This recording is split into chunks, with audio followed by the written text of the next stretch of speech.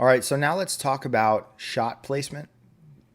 Let's say you've followed all of these tips for beginners getting into deer hunting, and now there's a deer in front of you 20 yards away. Where do you aim? Let's talk about it. So, as you can see, I have this little picture pulled up, and the crosshairs are right where the heart should be. Okay, there is that triangle, and you want your bullet, your arrow to go right in that triangle. Now, outside of that triangle, there's actually a lot of areas that you could shoot a deer and kill it. So it is not 100% only shoot here, but this is the tried and true death zone for a deer.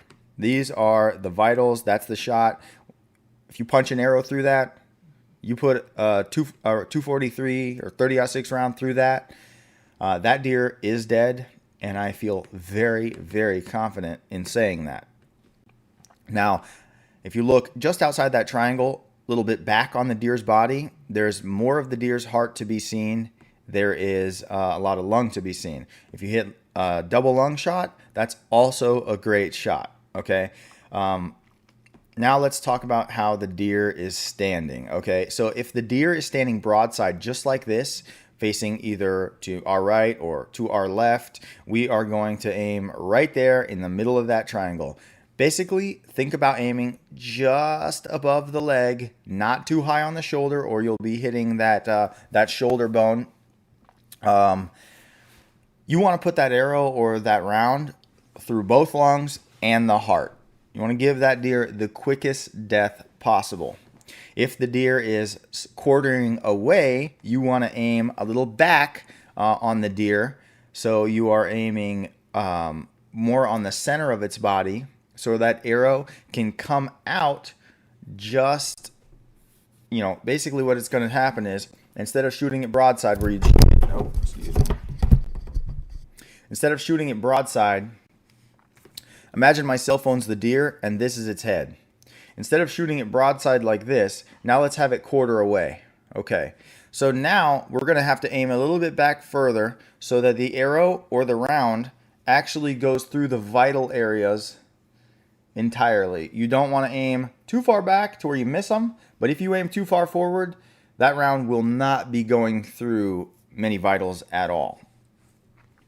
Center of the chest, basically just behind that front shoulder, but I would take it back just a little bit. If it's quartering to you, this is where you're going to need to be careful. If you hit that shoulder, that deer will likely run off with an arrow in it, or especially if you're bow hunting, or a round lodged in his shoulder. That may not be a good thing. If you're shooting with a powerful enough rifle, you should be okay.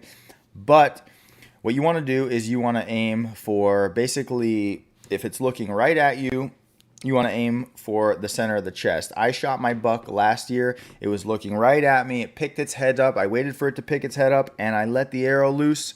I was 20, 30 feet up in a tree. It looked up right at me. I let the arrow loose. I made a sound to get it to look up at me, and it didn't run more than 30 yards. There was a blood trail that was crazy, and there was a hole this big right there on the deer.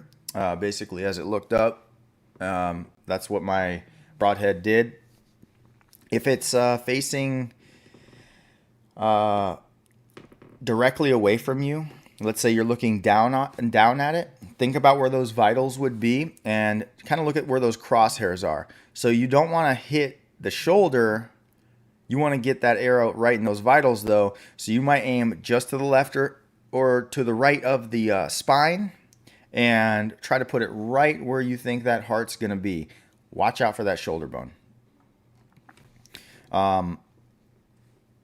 Here is something that I would tell you when considering, where you need to shoot on a deer.